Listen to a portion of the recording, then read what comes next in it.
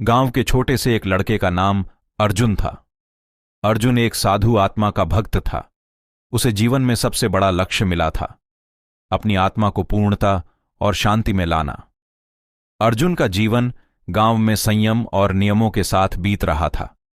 वह अपने माता पिता के साथ एक छोटे से खेत में मिलकर काम करता था, लेकिन उसका मन कभी भी अपनी आत्मा की खोज में ही था।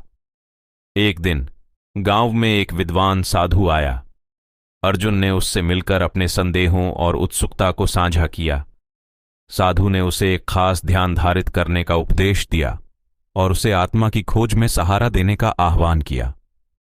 अर्जुन ने विद्वान साधु के साथ अपना जीवन समर्पित करने का निर्णय लिया। उसने गांव के संगीत शिक्षक से संगीत सीखा, एक योग शिक्षक से योग और ध्यान की प्रशिक्षण ली और एक बुद्धिमत्ता गुरु से विचारों को समझने का कौशल सीखा। जीवन का यह नया रूप अर्जुन को बहुत खुशी और शांति देने लगा। उसने गांव में एक स्कूल खोला और वहां बच्चों को अपनी शिक्षा देने लगा। वह लोगों को योग, संगीत और मानव धर्म की महत्वपूर्णता के बारे में सिखाता रहा। अर्जुन का गांव एक नए सोच और सांस्कृतिक के केंद्र में बदल गया। उसने लोगों को एक नए दृष्टिकोण से जीने के लिए प्रेरित किया और सबको एक एक से जुड़कर अच्छे रिश्तों का मैदान बनाया। अर्जुन का जीवन एक आदर्श बन गया, जो साधुता, संयम और सामर्थ्य से भरा हुआ था।